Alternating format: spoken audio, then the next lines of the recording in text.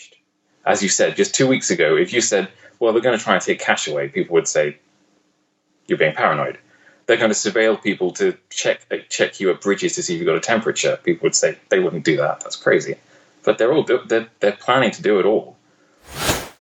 You're listening to the Corbett Report. Welcome, friends. James Corbett here, CorbettReport.com. It is the 20th of April, 2020, and today we have a guest lined up for you who is a new guest to the Corbett Report, but hopefully not new to many of my listeners. Kit Knightley is a writer/editor at Off Guardian. That's off-guardian.org, which should be familiar, I think, to the listeners by now, because I've referred to their reporting repeatedly, especially during the last month or two of this unfolding coronavirus crisis, or what we are being led to believe is some sort of crisis. And I've referred to their work repeatedly in the last several weeks because Off Guardian is one of the best sources I've seen collecting information and data from a level-headed, scientific, but non-sensationalistic perspective about what is going on right now and the way that this has been blown out of proportion. So I very much appreciate that work. If you haven't checked it out yet, please do so, off-guardian.org. Of course, the link to that and all of the things we talk about today will be in the show notes. Kit Knightley, thank you very much for joining us on the program today. Hello, James. It's good to be here. All right, let's start for talking about the way that Off Guardian has been covering this. But actually, I get ahead of myself. I think we should maybe introduce the site in a more general sense to people who don't know. Why Off Guardian? What is this site and what is its raison d'etre? Well, the name originally came just because the 5 original people who decided to set up the site were all banned from commenting at The Guardian. This happened in 2014 during the Ukraine crisis. The comment section on The Guardian that spring, summer, became incredibly combative. And they started bringing in these very strict editorial guidelines, basically banned anybody expressing a certain opinion, which is to say that the Ukraine situation was being stoked by the West in order to demonize Russia. And so this was well before I was actually involved with the site, a bunch of them got together and said, well, we'll start up our own site just where we can post our opinions. And that's really what it was meant to be to begin with. And then we started getting articles sent to us. And somebody contacted me and said, would I like to be involved in just formatting articles and posting them on the site? And that led to me writing a few, and that led to us taking many more submissions until it became basically just an alt news site of itself. And the name is sort of anachronistic now, but we're stuck with it. Well, I have noticed, actually, before the world changed forever, there was a series that we were doing specifically looking this week in The Guardian or something along those lines, which it was worth a laugh anyway. But perhaps it was meant to be a long-running series, and then a month into it, suddenly the coronavirus happened. Yeah. Simply I had time.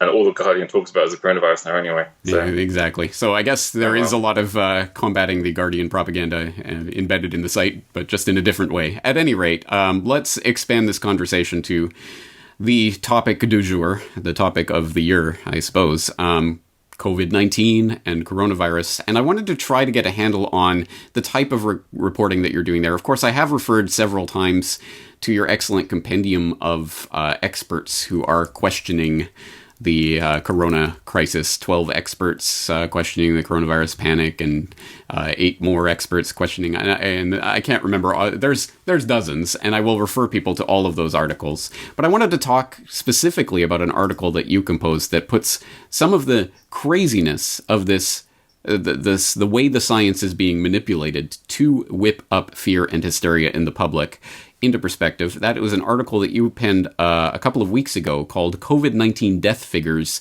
a Substantial Overestimate. And I think this is important because, as I stressed in my last podcast, the death tally is the number that is being flashed in front of our faces on an hourly basis at this point, and it has obviously a lot of psychological significance, making many, unfortunately, believe that there is something very firm and scientific behind this death count, as if this is a simple, is he dead or is he alive? Well, it should be the simplest stat that we have, but unfortunately it is not. And you've compiled that in this article, so I'll direct people's attention to it. But tell us a little bit about the types of information you found about the way these death tallies are being done.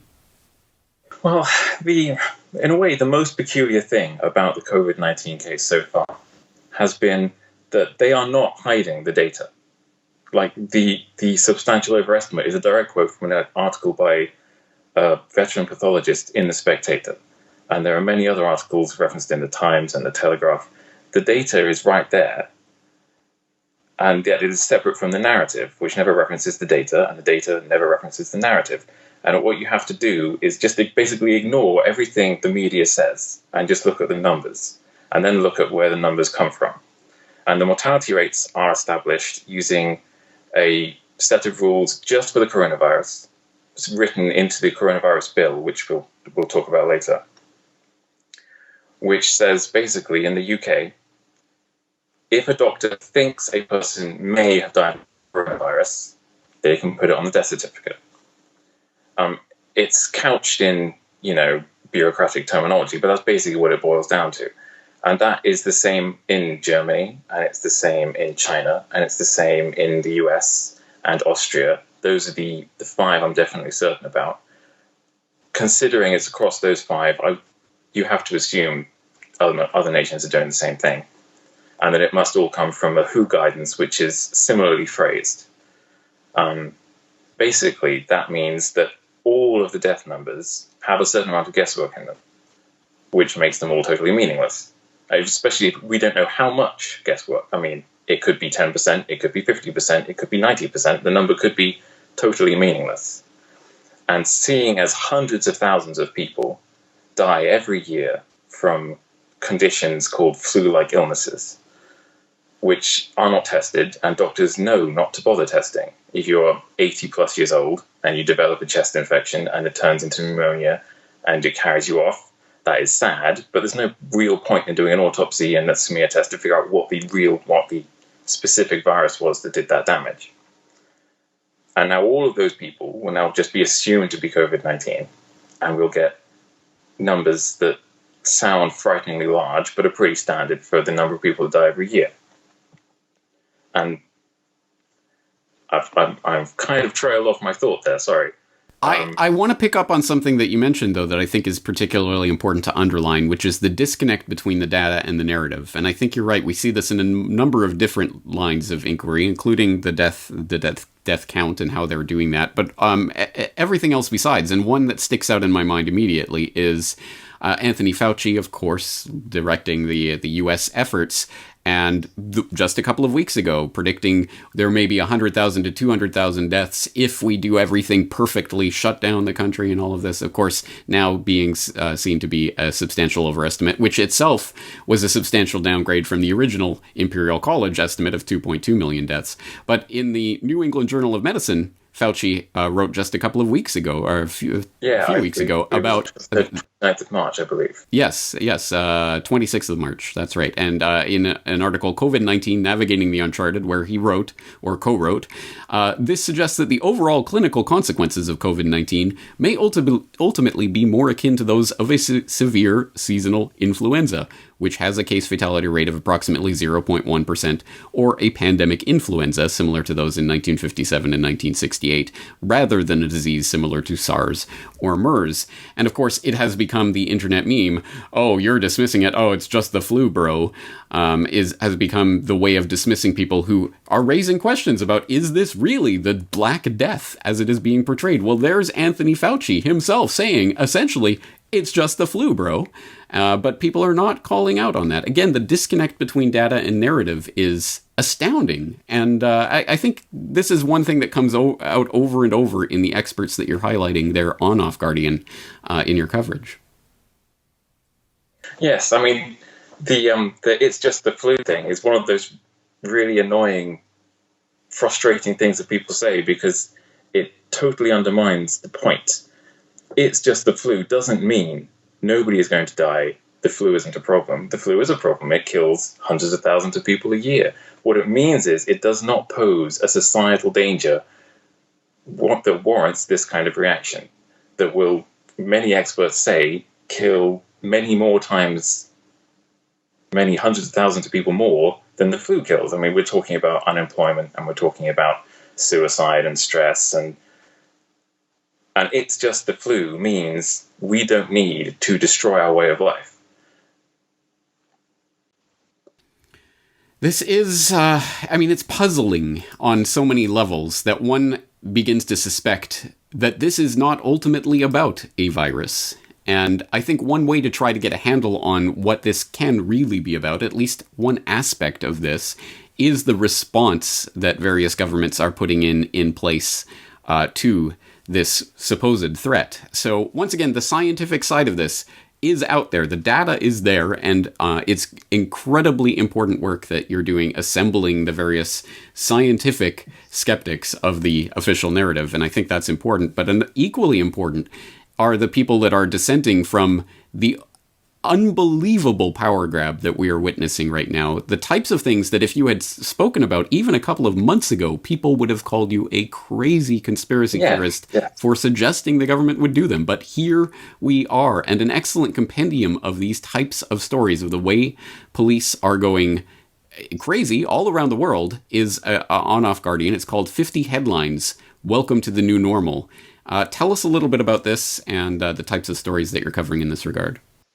Well, firstly, we should give a shout out to Consent Factory. They're a Twitter account run by one of our authors who compiled that whole list on Twitter just as a long Twitter thread. They've done some great work on that. And the point really about collating them all to one long list is just to see how quick things have changed. As you said, just 2 weeks ago, if you said, well, they're going to try and take cash away, people would say, you're being paranoid.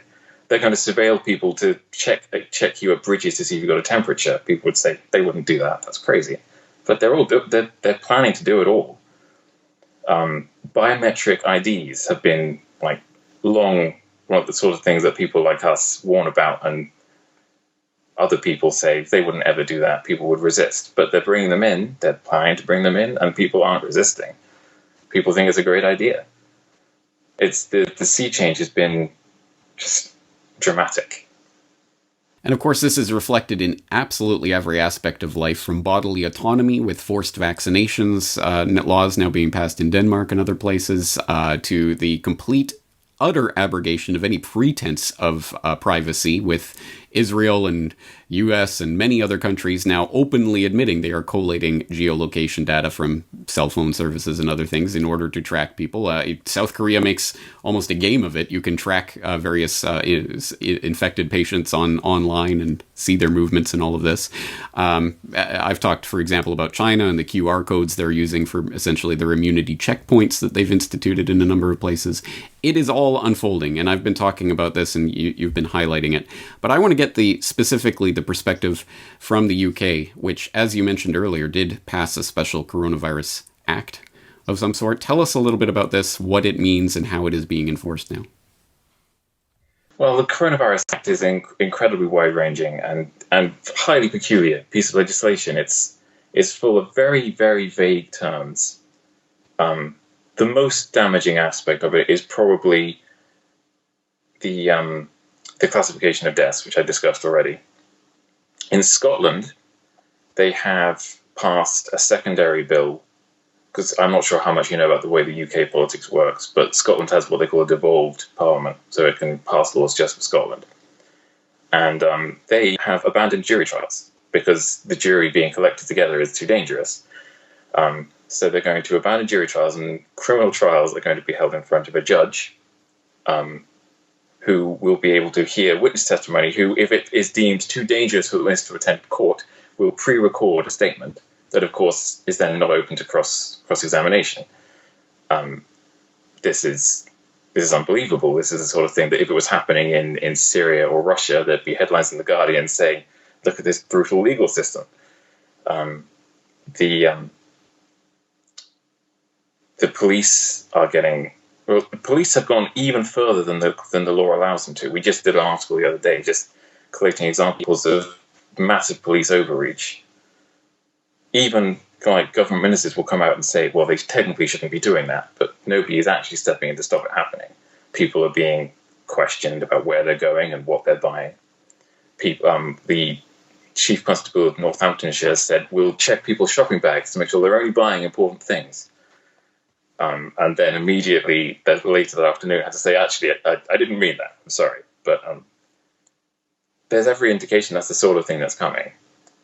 And I'm not sure how much of it is going on in other countries. You highlighted in one of your videos that it is. And on top of all of that, there is this bizarre programming where every Thursday people open their windows and clap.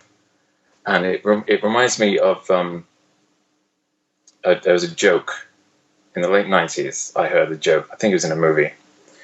A guy walks up to a bartender in a bar. I might have to curse a little bit. I'm not sure if that's acceptable. Curse away. A guy walks up to a bartender in a bar, and he puts a beer bottle down. And he says, I bet you $100 I can piss into this beer bottle from 5 feet away. And the bartender says, I bet you can't.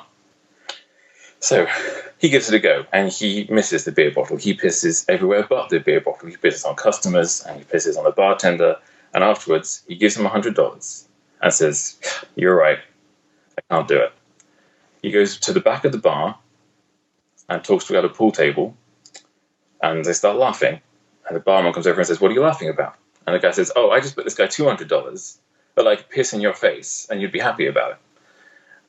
And it reminds me of that every Thursday when people are out there clapping out of their windows because they're not allowed to go outside, for a government that has told them the truth, that this is not dangerous. Not really. And yet they're housebound and house arrested and being encouraged to phone if their neighbors are having too many people around. And it's really bizarre and quite sickening, to be honest. It is a fascinating phenomenon from a psychological perspective, is it not? This experiment with public perception management that is going on right under our noses is telling us a lot about the ways that people can be motivated to participate in their own enslavement in various ways. And as long as they feel that this is for a common good, it is the feeling, I think, more so than the actual action itself, that people feel good about what's happening. On that note, I mean, I think one of the things that has disappointed me the most, surprised me the most, perhaps out of all of this, is not that governments would attempt to use any crisis, real, imagined, ginned up, actually threatening, whatever it may be, to use any crisis to increase their power. Of course, that is what governments tend to do. But what has surprised me is the way the public, as you say, is not only accepting it, but cheering it on as it goes, and gladly participating in the new snitch state culture and everything else that's coming with this. I saw someone going out to the park who didn't have a reason to be there. I better call the authorities.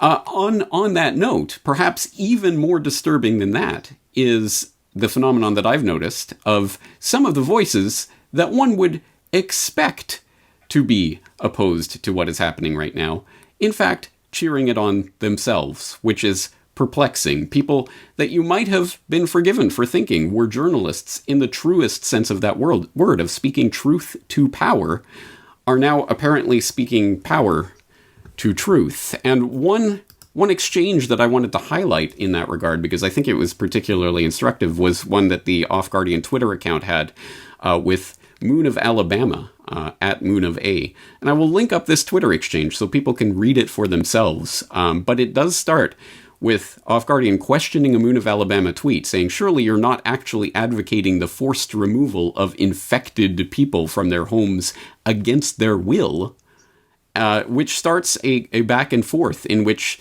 Moon of Alabama does not quite come out and say, I want this to happen, but in every case, I support quarantine measures during epidemics. We have had these for many centuries for good reasons. We should again use them. Or you are framing a measure that protects you and other families as arrest and detention. It is neither of those.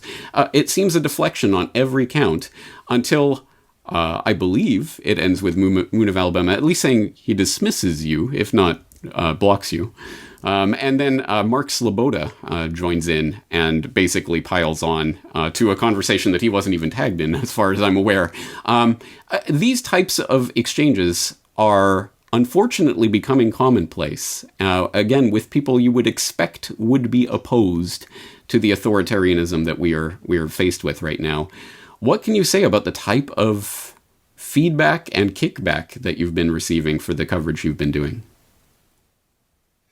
Well, I would say, firstly, the amount of feedback we're getting is actually 90% positive, and it has had a marked impact on our views and our emails and everything. And people, at least ordinary people, are seeking out a little bit of alternate voice on it, which is reassuring.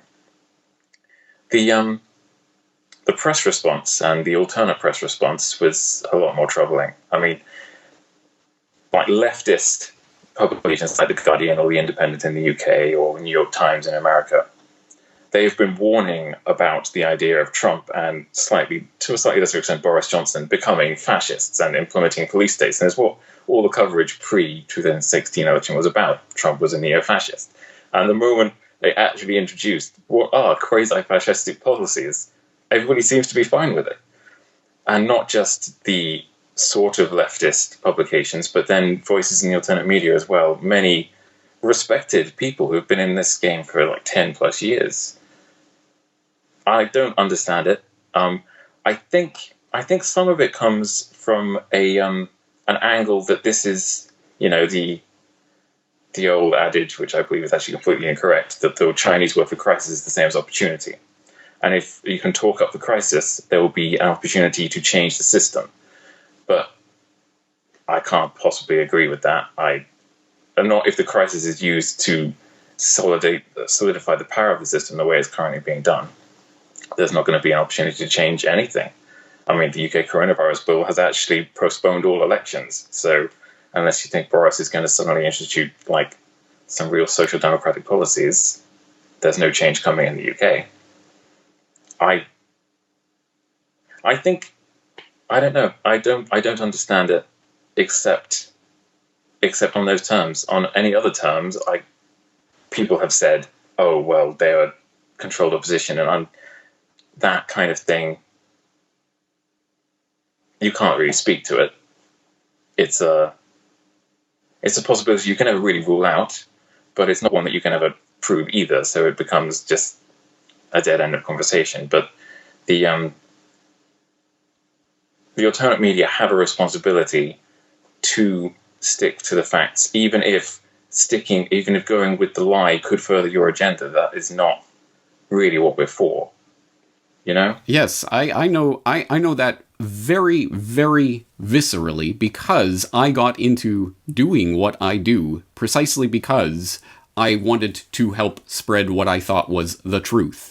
And that, it's interesting how many times that comes up over the course of, the 13 years that I've been doing this anyway, is that, but James, if you said this, it may not be true, but at least it'll get us closer to where we want to be. But it's not true. How can I possibly say that I want to forward the truth if I'm going to, I'll fudge a little bit here because maybe it'll be good for us. And no, there is no balancing to go on there. Either you are going to report the truth or you are not. And it speaks to me, the only way that I can parse these types of reactions that we're seeing is that this is drawing out an ideological divide that is not the left-right spectrum. It is the up-down spectrum, or whatever you want to call that neglected dimension of authoritarian, who believes in centralization of power and centralization of control, versus those who want the decentralization of power and control. And I think that's the actual ideological line that's being drawn out here. Regardless, there are authoritarians on the left and the right. Yes, that's a really good point. There is obviously some people will always believe that the centralization of power isn't the problem; it's the person in control of the centralization of the power. I don't subscribe to that personally. I think as Acton said, power corrupts, and absolute power corrupts absolutely. I don't think there's any way you can transfer that amount of centralized power into something good. It would only corrupt anybody that wielded it, and we know the people that currently have it are already corrupt. And I think that fundamentally is something that we need to resist. All right, there are so many important aspects to what's going on right now, and I'm glad there are sites like Off Guardian out there that are covering it in the degree of detail that you are. So we once again direct people to the website off-guardian.org. Of course, the link will be in the show notes. And what are you working on at the moment?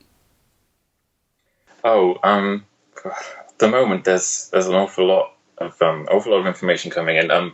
I would direct people also to Swiss Propaganda Research. They do some great stuff. That's swprs.org. They were the inspiration behind the experts articles. They're just a great database of information. The next topic to really discuss is what's going on with the medical treatments that are being suggested. There's an awful lot of articles out there suggesting that the ventilators, which were the whole big talking point just a little while ago, might actually do people more harm than good. And that there's a situation called ventilator-induced pneumonia, which an awful lot of people get once they get put on forced intubation. And it's very dangerous. It can kill like 25 to 50% of the people that get it. And of course, with the loosely classified death situation, they will now be called COVID-19 deaths. That's something that we're investigating right now. I couldn't say exactly when the article about that will be up, but it should be in the next couple of days. Yeah, that's an exceptionally important point. Again, I don't think a lot of people are really familiar with ventilators as a medical treatment and intubation and the exceptionally serious nature of that, and the fact that it can kill the people that it is meant to help, and it is only for extreme circumstances.